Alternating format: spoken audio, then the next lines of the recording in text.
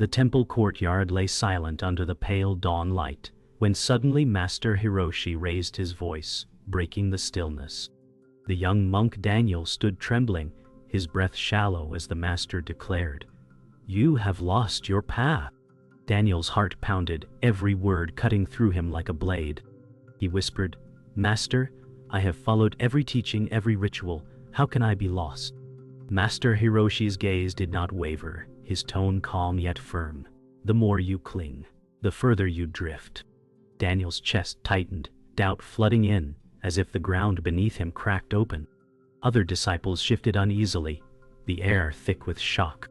Even the birds fell silent, their wings frozen mid-flight.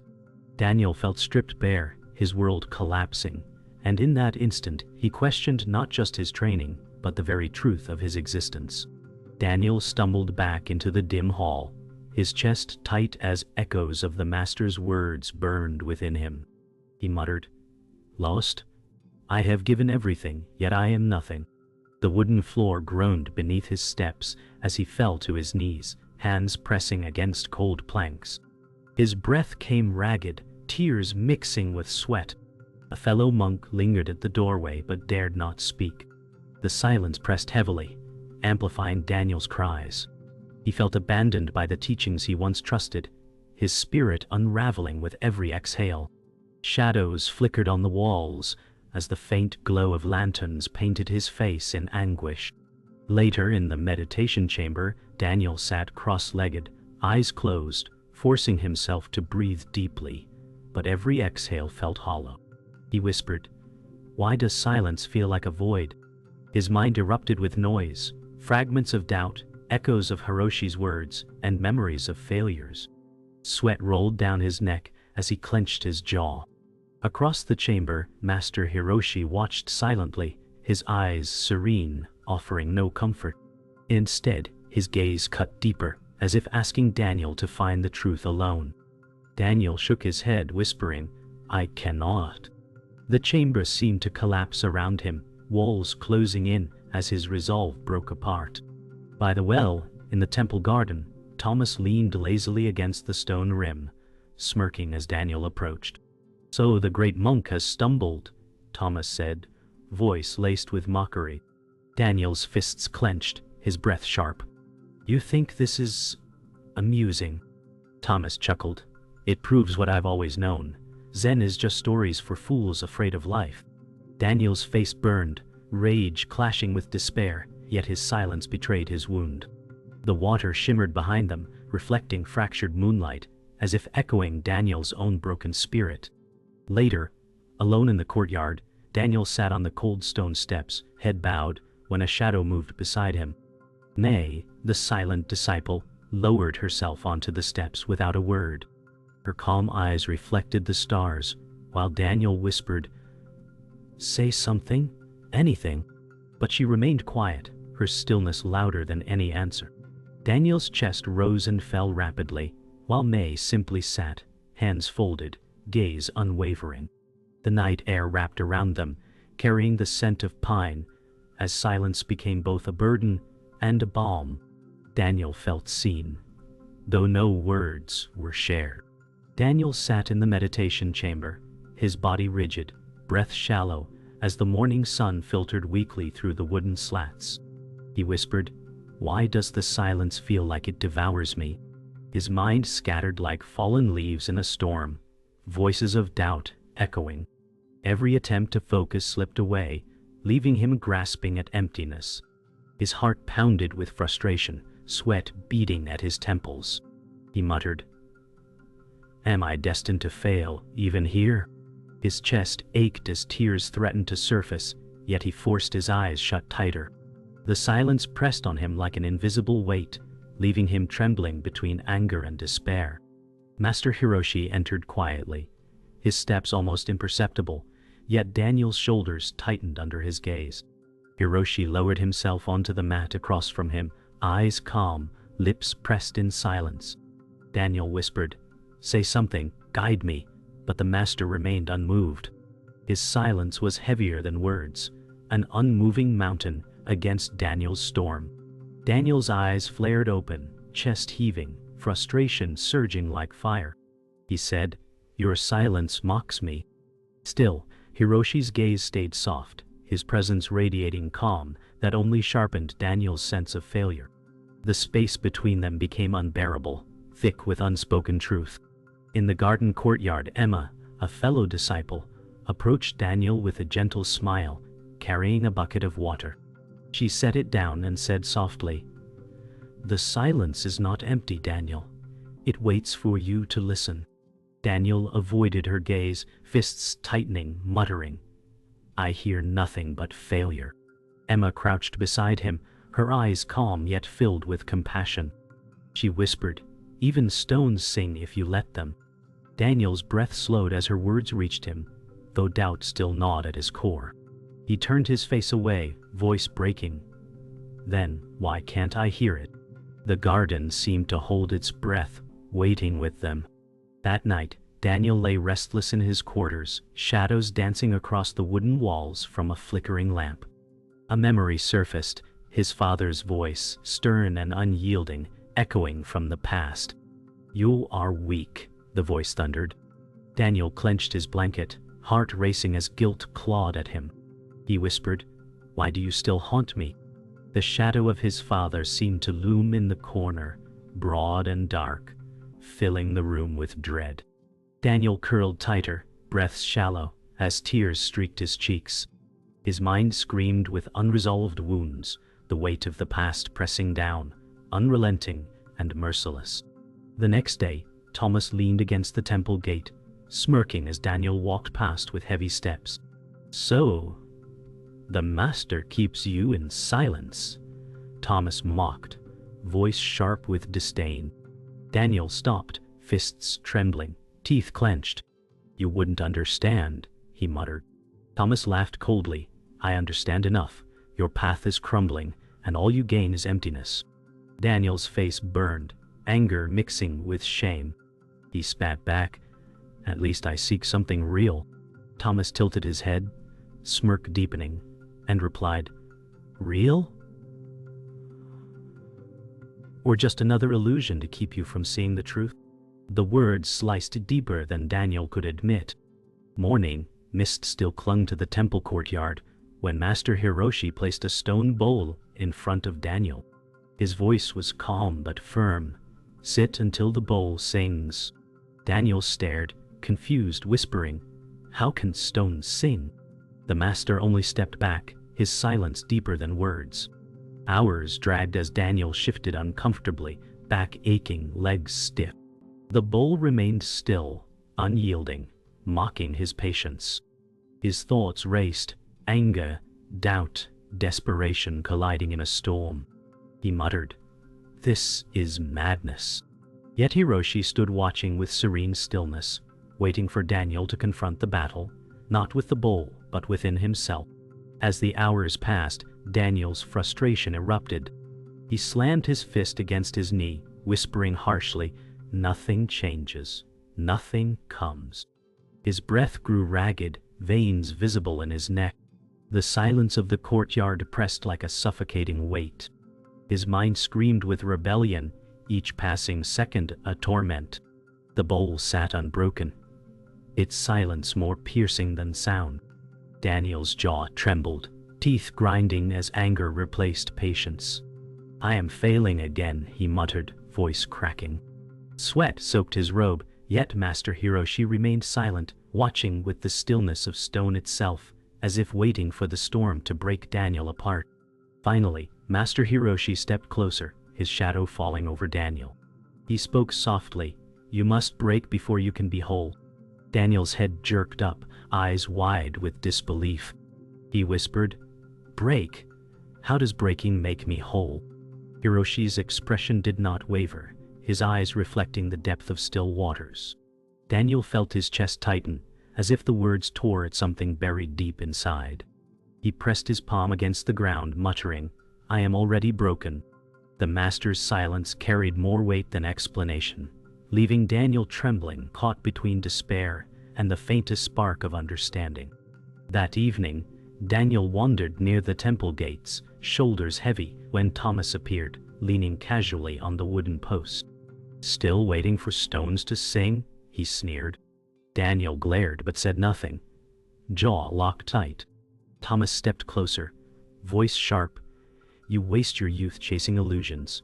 Out here is life, women, wine, and freedom. Daniel's fists trembled, his silence burning with restrained fury. He whispered, finally, better to chase silence than drown in emptiness. Thomas laughed bitterly, his smirk deepening, yet his eyes betrayed a flicker of unease, as though Daniel's words had struck closer than he wanted to admit. Later, in the inner courtyard, Daniel sat on cold stone steps, head bowed, when May entered silently. She lowered herself nearby, folding her hands gently in her lap. Her gaze lifted to the stars, her presence still and grounded. Daniel whispered hoarsely, "Why do you never speak?" Mai turned her eyes briefly toward him, calm and unwavering, before returning to the sky. Daniel's breath slowed, his storm meeting her stillness. For the first time that day, his shoulders eased, though doubt still lingered. He muttered, "Perhaps silence has its own voice." Mai's quiet presence answered without words, leaving him shaken yet soothed. Daniel walked along the temple path at dawn when a stranger appeared, cloaked in tattered robes, leaning on a staff. His face was sharp, eyes glimmering with unsettling fire. The man said, "Why do you chase silence as if it will fill your hunger?" Daniel froze, unease prickling his skin. "Who are you?" he whispered. The stranger only laughed softly. "Names matter less than truths." He leaned closer, voice like wind through hollow bamboo. "The cage you fight is the one you built." Before Daniel could reply, the man turned and vanished into the mist, leaving Daniel shaken, clutching his chest as though his heart had been exposed. That night, Daniel's sleep twisted with visions. He saw his father's stern face looming in the shadows, voice booming, "You will never be enough." Daniel stumbled through the dream, shouting, "Leave me." But the shadow followed, larger with every step. His breath grew frantic as guilt and shame clawed through his chest. The memory shifted. He was a child again, kneeling in the dirt, eyes full of tears. The shadow reached out, its hand dark and enormous. Daniel fell to his knees, screaming silently, until the dream collapsed into darkness. He woke gasping, clutching his robe, drenched in sweat. At sunrise, Daniel stumbled into the courtyard where Master Hiroshi waited. His voice was low but sharp. "Your pain is not in the bowl, nor in the silence. It is in your grasping." Daniel dropped to his knees, voice breaking. "Then I am cursed, for I cannot stop clinging." Hiroshi knelt, his eyes steady as stone, and said, "Your suffering comes not from what is, but from what you demand it to be." Daniel felt the words pierce him deeper than any blade. He whispered, "So I am not broken?" The master shook his head slowly. "You are whole but blinded by illusion." Later, Daniel sat near the koi pond, staring into the rippling water, his reflection fractured and restless. He muttered, "Perfection is a lie." The words tasted bitter, yet liberating. For years he had chased a flawless self, only to be shattered by his own weakness. He touched the surface of the water, watching ripples distort his face further. "I am not broken," he whispered, "just clinging to illusions." For the first time his breath steadied, and he felt a faint calm slip into the cracks of his despair. The pond shimmered as though echoing his small revelation. That evening, Emma approached Daniel quietly, placing a folded cloth by his side. Her eyes glistened as she said softly, "I, too, carry scars you cannot see." Daniel looked at her, startled, whispering, "Even you?" She nodded, gaze distant. "Peace is not perfection. It is acceptance of what still hurts." Daniel felt her words strike with the weight of truth, his chest loosening. He whispered, "Then there is hope, even for me." Emma smiled faintly, though her eyes betrayed her own pain, and said, "Hope lies in surrender, not escape." Silence fell, but it carried warmth rather than emptiness. Rain poured heavily in the courtyard as Daniel staggered to the center, his robe soaked and clinging to his trembling body. He fell to his knees, fists striking the stone tiles as he cried, "I am empty. I have nothing left." His voice cracked, lost beneath thunder. The storm outside mirrored the chaos within, each raindrop a reminder of his failure. His breath came ragged, his body slumped forward, forehead pressed against cold stone. He whispered through sobs, "I surrender." His strength drained away, leaving him collapsed in the downpour. For the first time, he let go of resistance, his pride dissolving in the storm. Through the curtain of rain, May appeared, walking slowly, her pale robe clinging to her frame, yet her movements calm. She stopped near Daniel, folding her hands, her silence more powerful than words. Daniel lifted his head weakly, rain washing tears from his face, and whispered, "Why do you watch me fall?" Mai's eyes, serene and steady, gazed at him with quiet compassion. She spoke no word, yet her presence anchored him like a stone in the flood. Daniel's trembling eased, breath slowing as her stillness enveloped him. In her silence he saw no judgment, only acceptance, and for the first time his despair softened. Suddenly, Daniel felt an unfamiliar warmth within, rising through his chest, even as rain poured unrelenting. His breath steadied, the storm around him fading from his awareness. He whispered, "Peace. Here?" His mind, once a storm, grew still. Every drop of rain now felt like a blessing, each sound of thunder like a drum beat of life. Daniel sat upright, no longer trembling, his hands resting loosely on his knees. A faint smile touched his lips, his body relaxed. The silence he once feared became vast and gentle, filling him with clarity.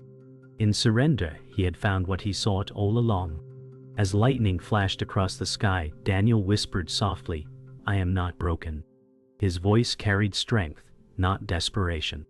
He closed his eyes, allowing the storm to pass through him unresisted. His breath flowed evenly, chest rising and falling with calm rhythm.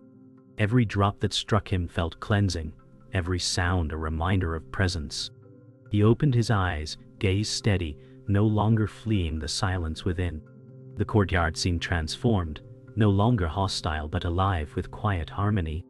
For the first time Daniel felt whole, not because he had conquered, but because he had surrendered. His awakening had begun. From the temple steps, Master Hiroshi watched silently, the rain sliding down his aged face. His lips curved into the faintest smile, though he spoke nothing. Daniel met his gaze across the storm, bowing deeply with newfound peace. No words passed between them, yet the truth was clear. Daniel had crossed the threshold. Hiroshi's eyes, steady and filled with quiet pride, reflected the depth of his disciple's awakening. Daniel whispered to himself, "The silence sings." The rain softened to a drizzle, the storm retreating, as if the world itself bowed to the moment. Stillness reigned, but it no longer carried fear. Morning sunlight washed over the temple grounds as Daniel walked slowly across the stone path. His steps no longer carried the weight of desperation, but the calm rhythm of presence. He inhaled deeply, the scent of pine and earth filling his chest. "Everything feels new," he whispered, his eyes scanning the familiar courtyard as if seeing it for the first time. Leaves rustled gently, and birds sang without urgency. He touched the moss on a lantern, smiling faintly. For the first time, Daniel felt no need to chase or cling. The silence that once devoured him now felt alive, breathing softly with him. By the garden pond, Emma sat cross-legged, her gaze fixed on the rippling water. Daniel joined her, settling into the grass. She spoke softly, "I've hidden my scars beneath calm, but they are still here." Daniel turned toward her, voice gentle. "Peace is not the absence of scars, it is walking with them unafraid." Emma's eyes glistened as she smiled faintly, whispering, "Then perhaps I can breathe freely too." They sat together in silence, the pond shimmering under morning light. For once their silence was not heavy, but a shared peace that eased both their burdens. Near the gate, Thomas leaned against the post, arms crossed, watching Daniel with narrowed eyes. "So," he said sharply, "you still believe silence has answers?" Daniel stopped, meeting his gaze without anger. "Silence has no answers," he replied calmly, "but it leaves no questions either." Thomas scoffed, but his smirk faltered, unease flickering in his eyes. Daniel bowed slightly before walking past, his steps steady and unhurried. Thomas stared after him, frown tightening, as though the certainty he clung to began to crack. For the first time, he was left questioning his own convictions. Inside the meditation chamber, Master Hiroshi sat opposite Daniel once more. The air was quiet, filled with incense. Hiroshi spoke softly. "Zen is no destination. It is the road beneath your feet." Daniel lowered his head, voice steady. "Then there is no end, only steps." Hiroshi's eyes glimmered faintly, the corners of his lips rising in a subtle smile. He replied, "Now you see." Daniel closed his eyes, breath flowing evenly, no longer burdened by the need to succeed.